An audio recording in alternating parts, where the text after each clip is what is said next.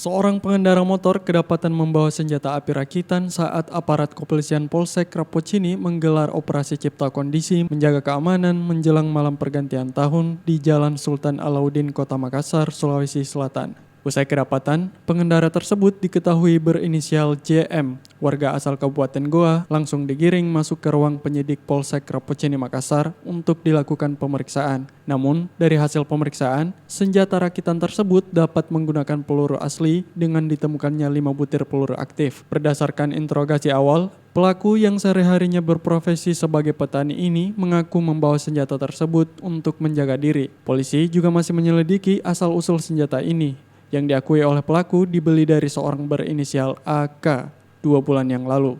Menurut Kapolsek Rapocini, AKP Mustari mengatakan pelaku dibekuk setelah anggota melakukan operasi cipta kondisi untuk menjaga keamanan jelang malam pergantian tahun. Pelaku yang berkendara melakukan gerak-gerik mencurigakan langsung ditahan dan diperiksa polisi hingga ditemukan senjata api rakitan itu. Sesuai surat perintah Kapolrestabes Makassar dalam rangka Kamtibmas untuk menghadapi malam tahun baru. Tiba-tiba pengendara dengan kendaraan berwarna merah tiba-tiba memutar balik.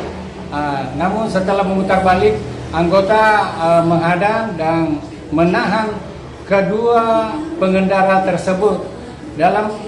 Pada saat ditahan, digeledah, diperiksa, ternyata ditemukan di pinggang sebelah kanan atas nama JM membawa sebuah shotgun yang sudah di-upgrade, dalam artian sudah dimodifikasi dan sangat membahayakan kepada bagi orang yang menggunakan. Akibat perbuatannya, pelaku terancam akan dijerat dengan Undang-Undang Darurat Nomor 12 Tahun 1951 atau ancaman hukuman 10 tahun penjara. Ilham Syam, Fajar TV dan Fajar Radio melaporkan.